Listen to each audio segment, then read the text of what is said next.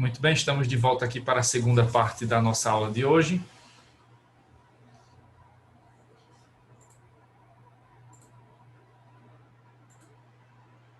Deixa eu retomar aqui. Princípios. Então, antes do intervalo, tinha terminado aqui a parte dos princípios constitucionais, certo? Então, agora a gente vai para a segunda parte desse assunto, em que eu vou falar sobre os princípios que estão presentes no direito do consumidor, no caso específico do Código de Defesa do Consumidor. Como eu falei para vocês na aula passada, o Código de Defesa do Consumidor ele tem uma origem diferente, né, dos outros códigos, como, por exemplo, o Código Civil. Então, pelo fato do Código do Consumidor ter surgido a partir, né, da iniciativa direta do que está previsto na Constituição Federal, então o nosso CDC também tem um caráter principiológico e tem aí princípios que são específicos e que estão previstos no texto do Código de Defesa do Consumidor. Como vocês verão, né, esses princípios são derivações dos princípios constitucionais e aqui a gente vai um pouco mais além, né, porque por ser nosso assunto específico, né, de direito do consumidor, então tem alguns detalhes, né, que precisam ser estabelecidos aqui, que precisam ser ressaltados. Então a gente começa com o primeiro princípio, né, específico do CDC, que é o princípio que rege todas as atividades de consumo, rege todas as relações de consumo, e é o princípio geral, né, que ele ali acaba sendo o princípio fundamental de aplicação das normas de direito do consumidor. Então, todo o CDC acaba, né, sendo ali tendo sua aplicação determinada por esse princípio, que é o princípio do protecionismo do consumidor. A gente vai encontrar esse princípio no artigo 1º e no artigo 4º, inciso 2 do CDC. Então, a gente vai começar a ver agora, né, trechos do Código do Consumidor, em que a gente vai encontrar, né, esses princípios. Então, sobre o protecionismo do consumidor, o artigo 1º do CDC prevê, né, dispõe o seguinte: o presente Código estabelece normas de proteção e defesa do consumidor, de ordem pública e interesse social, nos termos dos artigos 5º, inciso 32, 170, inciso 5 da Constituição Federal e artigo 48 de suas disposições transitórias. Então, o CDC, né, o legislador do CDC não esqueceu, né, desses pontos fundamentais que estão lá previstos na Constituição e que foram a motivação pela qual, né, surgiu ali a iniciativa de ter o Código do Consumidor. Então, o protecionismo aparece nesse trecho que está dizendo aí, né, o presente Código estabelece normas de proteção e defesa do consumidor. Então, o proteção e defesa é a questão do protecionismo, né, que vai aqui ser visto na perspectiva global, né, de aplicação para, né, que deve ser ali aplicado, deve ser observado em todo o conteúdo do Código de Defesa do Consumidor. Então, desde o primeiro até o último artigo, o objetivo fundamental aqui é proteger o consumidor, é defender o consumidor. Como eu já disse a vocês, o Código do Consumidor tem lado, né? O lado é do consumidor. Então, a ideia aqui é mesmo trazer normas protetivas para o consumidor, justamente para tentar equalizar essa relação que, de fato, é desigual entre fornecedor e consumidor, certo? No caso do artigo 4º, né, aí já vamos um pouco mais além, o artigo 4º trata da Política Nacional das Relações de Consumo, né, e a Política Nacional das Relações de Consumo tem por objetivo o atendimento das necessidades dos consumidores, o respeito à sua dignidade, saúde e segurança, a proteção de seus interesses econômicos, a melhoria da sua qualidade de vida, bem como transparência e harmonia das relações de consumo, atendidos os seguintes princípios. Aí vem o inciso 2, ação governamental no sentido de proteger efetivamente o consumidor, por iniciativa direta, que está na linha A, por incentivos à criação e desenvolvimento de associações representativas, na linha B, pela presença do Estado no mercado de consumo, a linha C, e pela garantia dos produtos e serviços com padrões adequados de qualidade, segurança, durabilidade e desempenho, na linha D.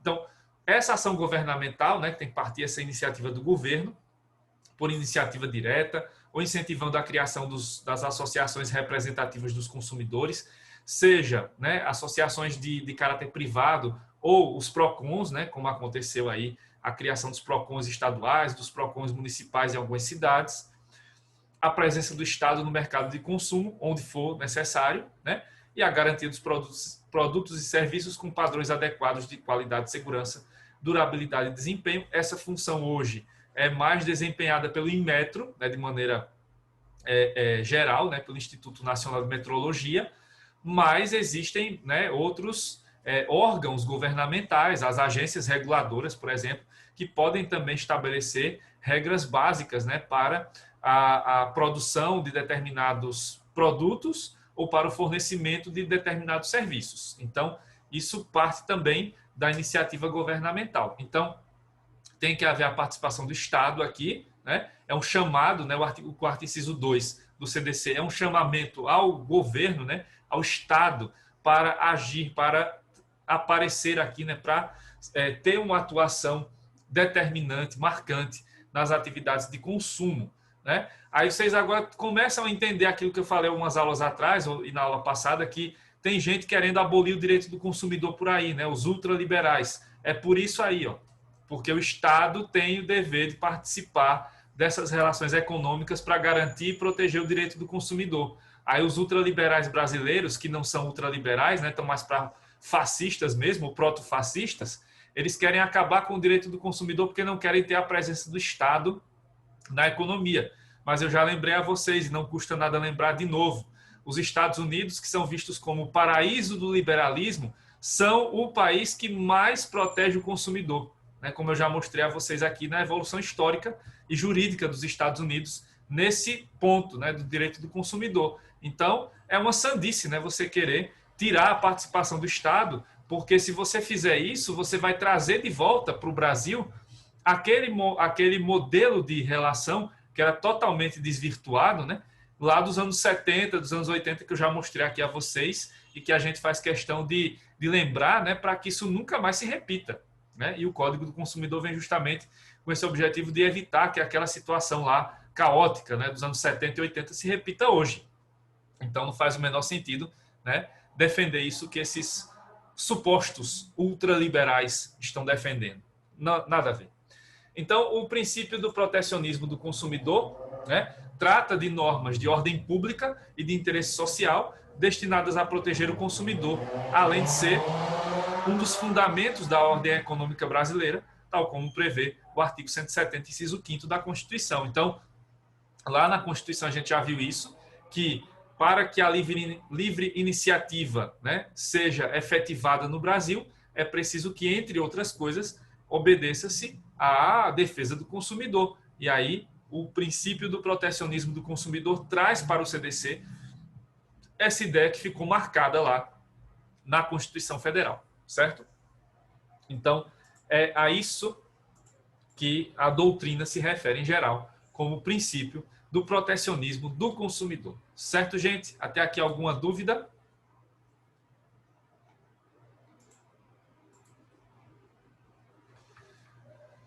Como ninguém se manifestou, presumo que vocês entenderam.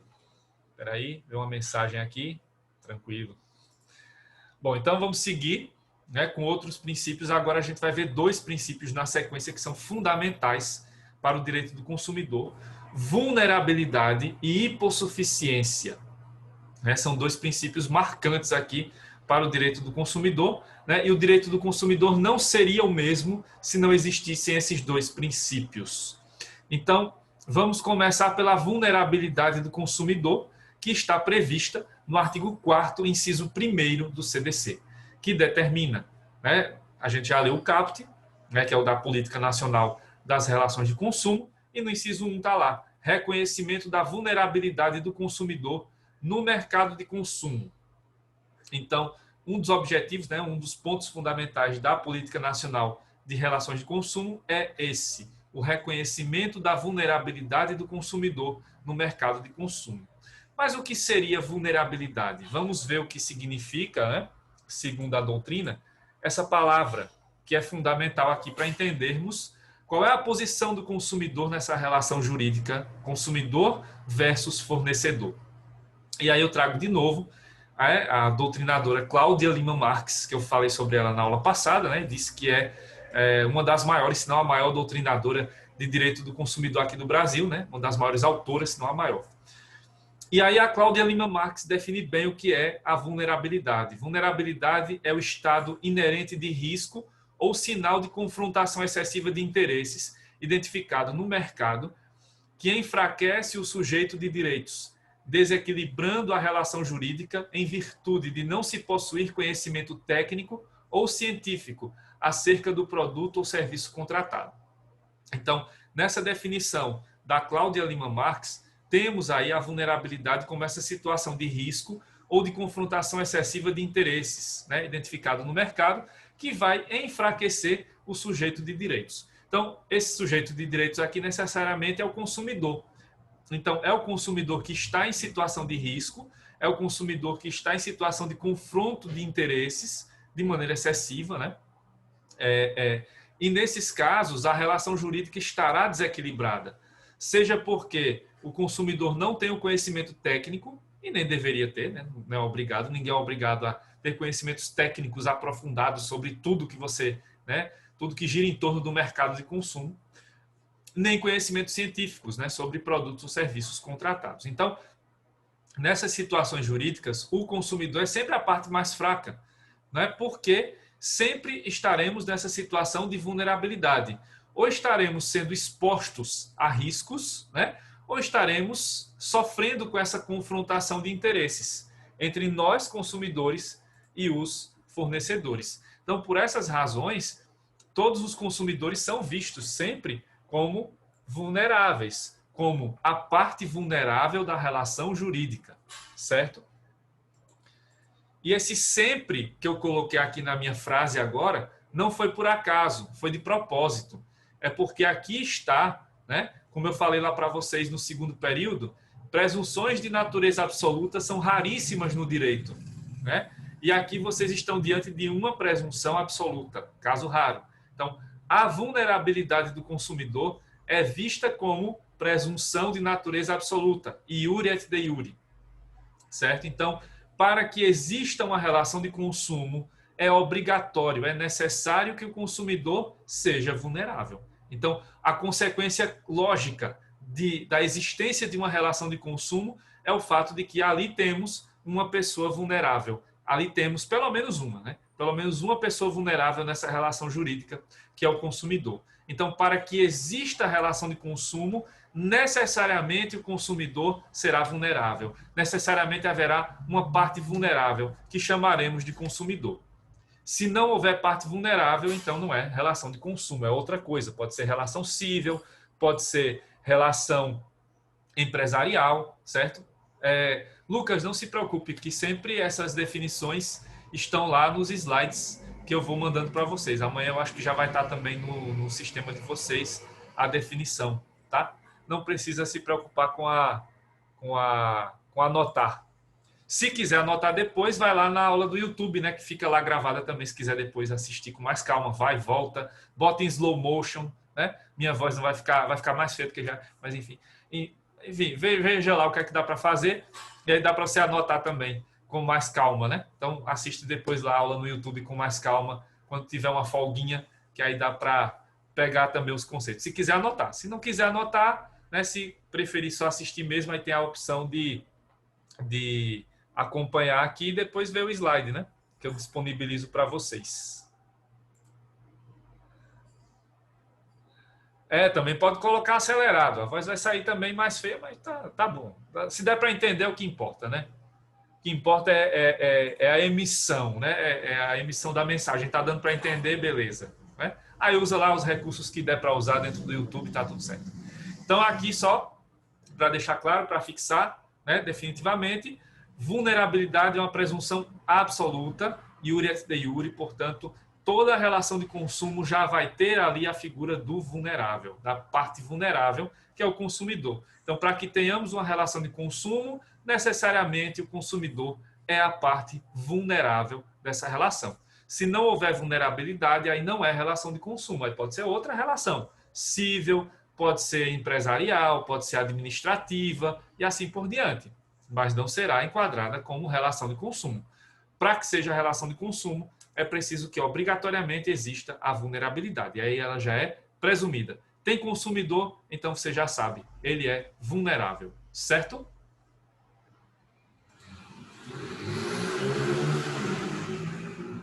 Outro ponto a ser destacado aqui é o seguinte, é que todo consumidor é vulnerável. Beleza, isso aí já deve ter ficado claro para vocês.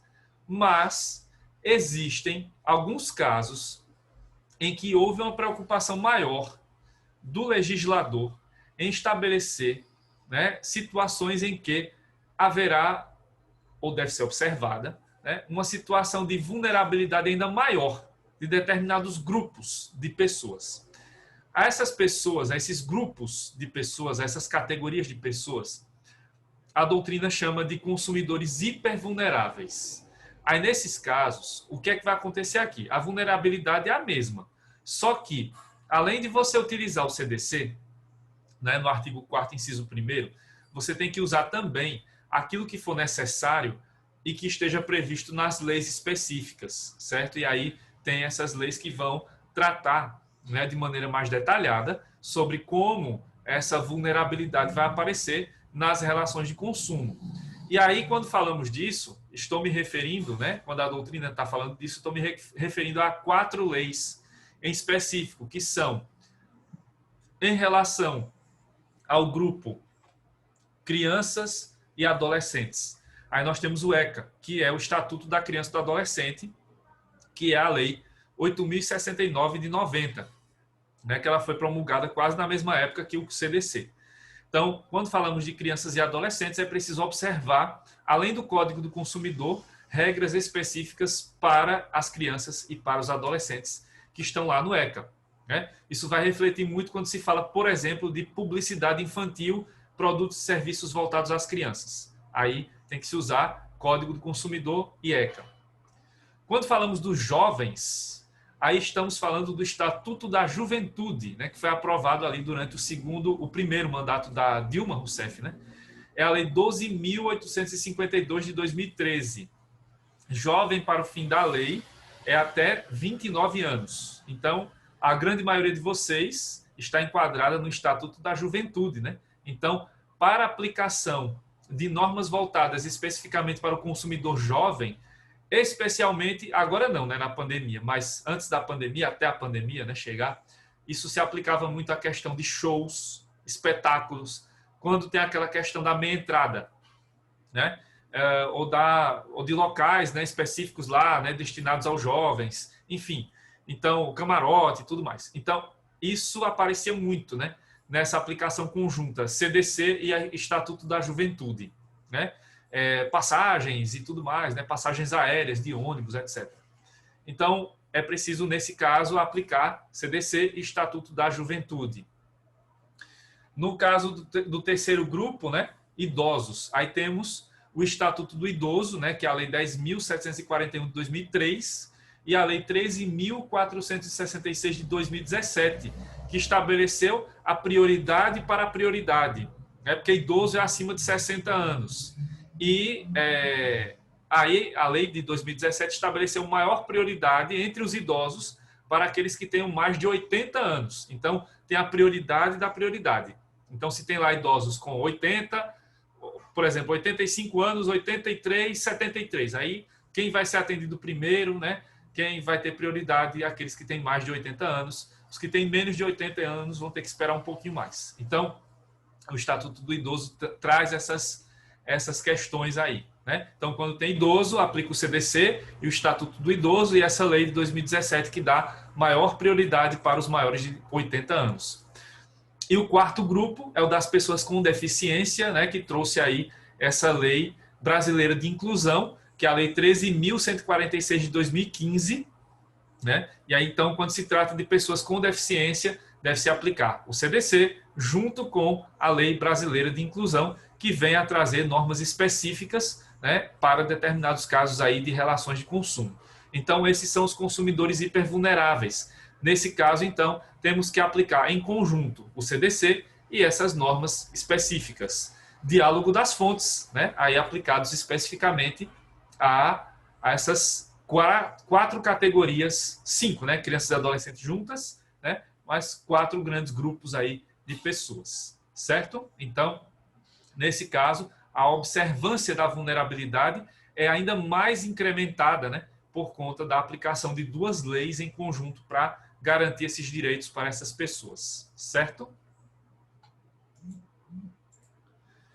Aí temos, então, o terceiro princípio, aquela segunda expressão, aquela segunda palavra, né, que eu disse que vem junto ali, vulnerabilidade e hipossuficiência. Então, é importante também entender esse terceiro princípio, porque são palavras parecidas, mas dizem respeito a coisas um pouquinho diferentes, né? Então, falando agora do terceiro princípio, o princípio da hipossuficiência do consumidor. Esse princípio está previsto no artigo 6º, inciso 8 do CDC. Lá, o artigo 6º tem no caput, são direitos básicos do consumidor. Apesar de estar escrito direitos, né, mas tem um princípio aí, né?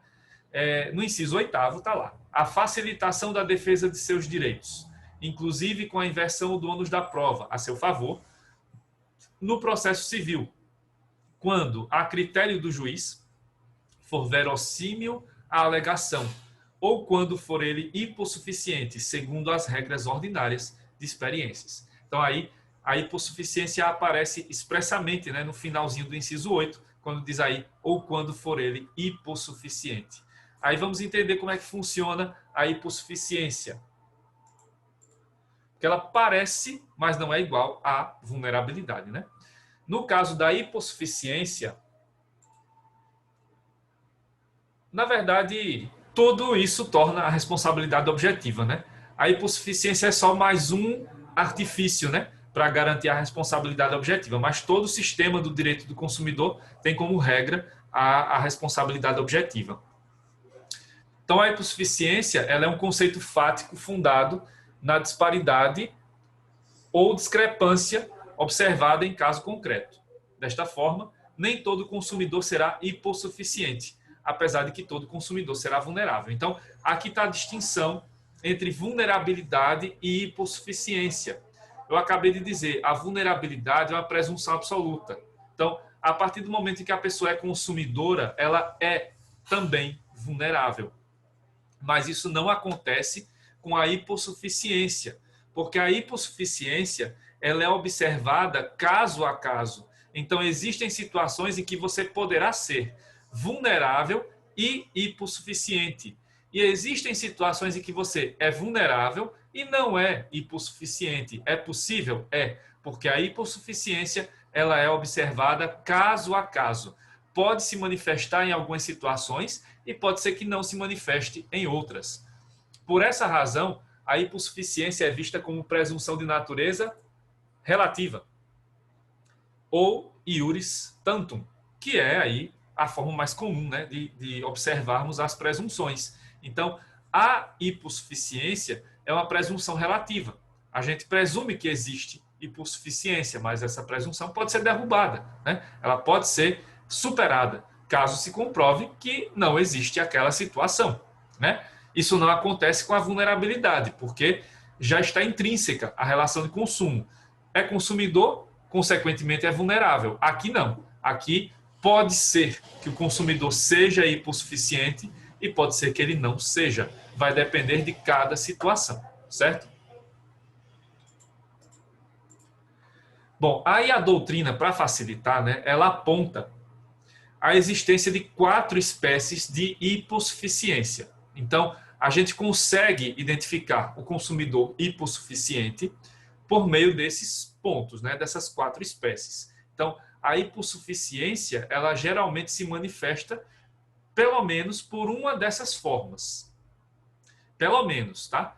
Porque, como vocês vão perceber, às vezes elas vão interagir entre elas, né? Então, vai haver interseções entre essas espécies e é muito comum que você acabe tendo, no caso concreto, a manifestação de mais de uma espécie de hipossuficiência. Isso é ótimo, não é ruim não, né? Pelo menos uma dessas espécies se manifestando já vai ter a caracterização da hipossuficiência, né?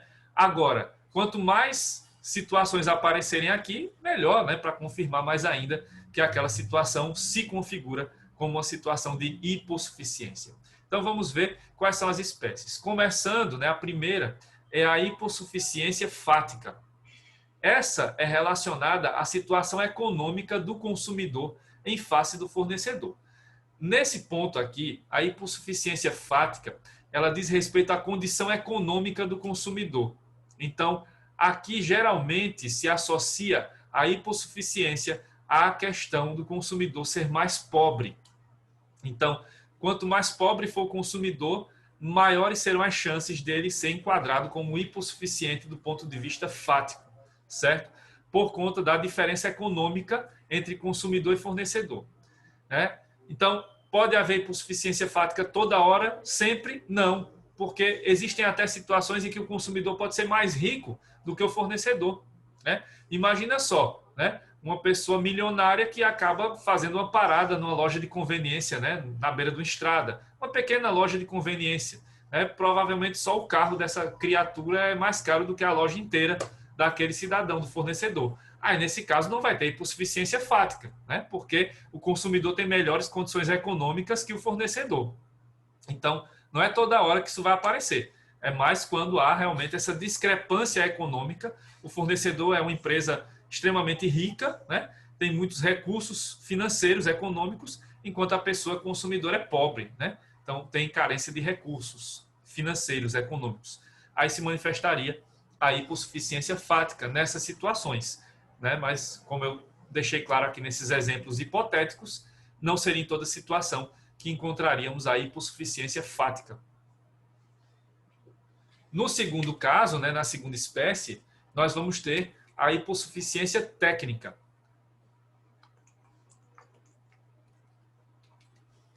Neste caso aí, a hipossuficiência ela vai aparecer em virtude do desconhecimento dos detalhes sobre o processo de fabricação ou de uso dos componentes do produto ou serviço adquirido.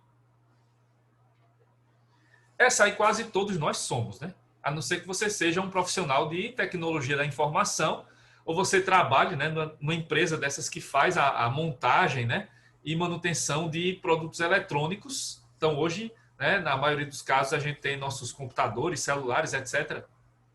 A gente sabe mexer nos aplicativos e tal, mas a gente não sabe, né, os detalhes sobre o processo de fabricação, né? Quais são os componentes que estão lá, né, dentro daquele celular, né? O que é que faz a tela, né, acender, o que é que faz a tela touchscreen funcionar, né? Como é que funciona o Wi-Fi, o acesso à internet, quais são os componentes que fazem com que isso aconteça, né? Então, geralmente nós não temos esse conhecimento técnico, né, aprofundado sobre o produto ou sobre o serviço que estamos utilizando ou usufruindo. Então, aí ocorre a hipossuficiência técnica. Geralmente nós somos hipossuficientes nesse ponto da técnica. Geralmente todos nós ou quase todos somos, exceto as pessoas que trabalham com isso especificamente, né? Profissionais de TI, né? As pessoas que trabalham realmente na fabricação, né? Na montagem desses produtos, aí sim eles entendem disso, né? Se forem comprar lá o produto ou usufruir do serviço, sabem até melhor do que o vendedor como é que funciona tudo, né? Mas nós, em geral, não sabemos, então, geralmente a gente se enquadra nesse ponto aí da hipossuficiência técnica, certo? Que seria uma segunda espécie de hipossuficiência. A terceira espécie é a informacional.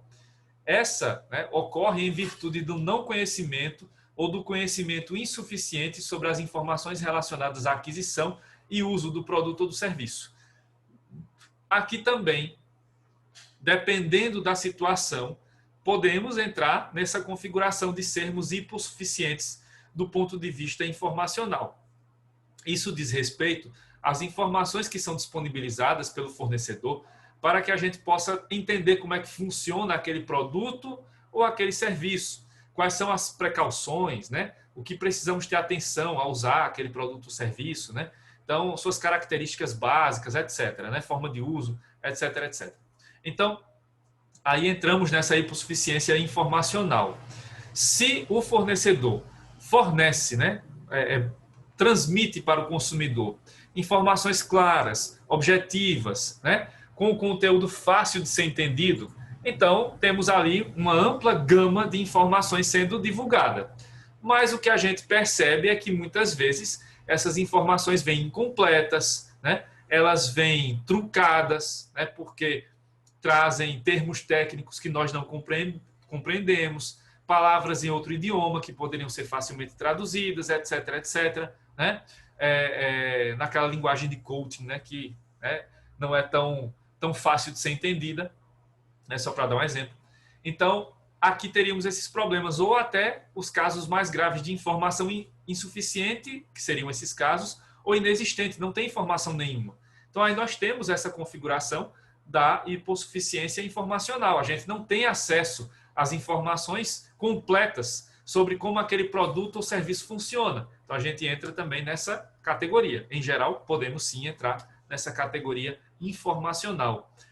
Mas todos nós hoje, geralmente, entramos na quarta, né, pelo menos, que é a jurídica, que está relacionada às dificuldades ou mesmo impossibilidade de negociação das cláusulas contratuais relacionadas à aquisição e ou uso do bem de consumo, produto ou serviço, ou seja, os contratos de adesão.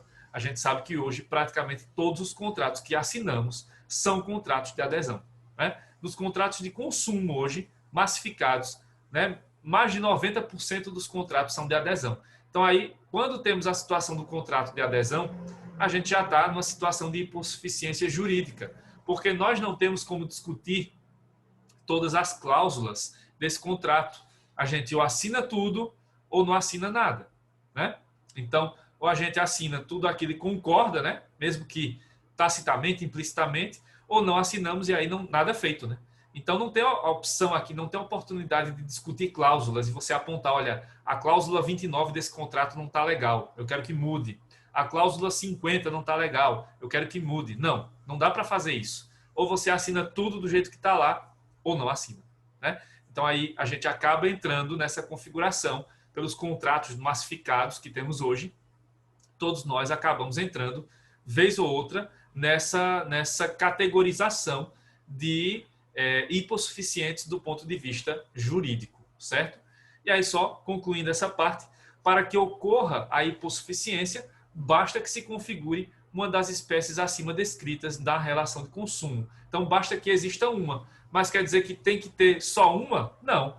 É no mínimo uma. Mas você pode acabar numa situação podendo ter até as quatro, né? Você está num problema com problemas econômicos, né? E tem ali essa disfuncionalidade econômica, né? Entre a empresa lá, fornecedor, e você, consumidor. Tem a questão técnica, que você não tem acesso às informações técnicas detalhadas sobre aquele produto ou serviço. A informacional, né, que não tem informações básicas sequer sobre como funciona o produto ou serviço, e a jurídica, porque assinou um contrato de adesão, né, para ter acesso àquele produto ou serviço. Então, isso acaba levando à configuração da hipossuficiência. Mas aí o detalhe importante que vem agora na sequência: como provamos, né, como alegamos a hipossuficiência? Ela é automática? Não é automática, porque automática é a vulnerabilidade. A hipossuficiência não é automática, então temos que agir para provarmos que somos hipossuficientes em pelo menos uma dessas modalidades que eu acabei de falar. Então, o que temos aqui é a possibilidade, mas não obrigatoriedade de inversão do ônus da prova, certo? Então, em caso de comprovada a hipossuficiência, pode haver a inversão do ônus da prova, mas essa é uma determinação a ser feita pelo juiz em processo, a pedido do consumidor, que é como prevê lá o artigo 6º, inciso 8º, né, que eu li agora há pouco. Então, muita gente acaba incorrendo nesse erro, principalmente quando vai aos juizados especiais, né? Como entra lá com a ação e não tem a obrigatoriedade da presença do advogado, então muitos consumidores acabam, né, deixando passar essa oportunidade, né? E aí o que acontece? Lá na frente vai ser necessário solicitar a inversão do ônus da prova. O bom da história é que essa inversão do ônus da prova deve ser solicitada na inicial, lógico, mas em outros momentos pode-se reiterar, pode-se buscar novamente, né, em outros momentos do processo, essa inversão do ônus da prova. Mas o ideal é que ela já seja solicitada na inicial, na petição inicial. Isso é o que deve ser visto como um padrão, como uma regra, né? Então, aqui nesses casos, é preciso que o consumidor prove. Então, primeiro, né, para garantir a inversão do ônus da prova, é preciso que o consumidor prove na inicial que ele é hipossuficiente em pelo menos uma dessas modalidades que eu falei para vocês, certo? Se pode ser reconhecida de ofício, não, né? Tem que ser solicitado. Sempre é preciso que o consumidor requeira, né, a inversão do ônus da prova, certo? Ela não será dada de ofício. Deixa eu voltar aqui para a gente ler de novo o artigo 6º, inciso 8º, que aí fica mais claro. Ó. Tá aqui, ó. Inclusive com a inversão do ônus da prova a seu favor no processo civil, quando a critério do juiz for verossímil a alegação ou quando for ele hipossuficiente, segundo as regras ordinárias de experiências. Numa primeira leitura, poderia até parecer que o juiz pode decretar isso de ofício, mas veja, é preciso que tenha uma alegação, né? E para que exista a alegação, é preciso que exista a inicial, comprovando isso, né? A alegação de que existe hipossuficiência, né? A necessidade da inversão do ônus da prova. Ou quando ele foi hipossuficiente, então é preciso provar também que ele seja hipossuficiente, segundo as regras ordinárias de experiências, que aqui a gente adapta para o direito, né? Para o juridiquês e traz as hipóteses que eu mostrei a vocês. Então, a regra é que deve ser solicitado pelo consumidor, né? Na inicial, né? Já deve haver esse pedido, e aí deve-se provar na inicial que o consumidor é hipossuficiente numa dessas modalidades, pelo menos uma delas. E aí o juiz, entendendo que essa alegação é verossímil, né? Entendendo que realmente se confirma a hipossuficiência, aí ele então decreta, né? Ele ali prolata essa decisão de inversão do ônus da prova, que é fundamental aqui, porque aí passa para o fornecedor a obrigatoriedade de provar que aquela relação jurídica não existiu, que se existiu, não ocorreram danos ao consumidor, né? Se ocorreram danos, não foram por culpa ou por responsabilidade do fornecedor, enfim, aí vai caber ao fornecedor agora esse ônus e não mais ao consumidor. Isso é fundamental numa relação desigual como é essa entre consumidor e fornecedor, em que muitas vezes o fornecedor tem uma posição muito mais privilegiada do que o consumidor, certo? Então, aqui a ideia é de que realmente o consumidor deve provar na inicial que é hipossuficiente e solicitar, claro, a inversão do ônus da prova, não, no pedido, né, na parte do pedido, para que o juiz, então, analisando a inicial, vendo, né, confirmando que as alegações do consumidor são verossímeis e que a prova, né, existe ali, né, está confirmado que ele é hipossuficiente, aí sim o juiz determina a inversão do ônus da prova. Certo? Então, aí estão as diferenças entre a vulnerabilidade e a hipossuficiência. São parecidas, mas não são iguais. Vulnerabilidade é um conceito, é uma ideia, né, de presunção absoluta, né, não comporta aqui prova em contrário, né, e está inserida, está intrínseca a relação de consumo. Então, se é consumidor, então necessariamente é vulnerável, mas em compensação isso não acontece na hipossuficiência, porque a hipossuficiência é uma presunção de caráter relativo, pode ser submetida, né, à prova em contrário, e ela tem que ser alegada pelo consumidor. É o consumidor que tem que provar aqui que ocorreu essa situação em que ele se configura como hipossuficiente, seja do ponto de vista fático, seja do ponto de vista técnico, seja do ponto de vista informacional, seja do ponto de vista jurídico, por conta de ter assinado lá um contrato de adesão. Então, são as diferenças básicas, fundamentais entre vulnerabilidade e hipossuficiência. Certo, gente? Falta menos de 1 minuto para acabar essa parte da aula, então vou me despedir de vocês. Não esqueçam aí de fazer a segunda atividade, né? Marcada para a próxima semana. Então, a gente se vê na próxima terça. Se cuidem, continuem usando máscara, álcool em gel, certo? E boa noite para vocês. Tchau.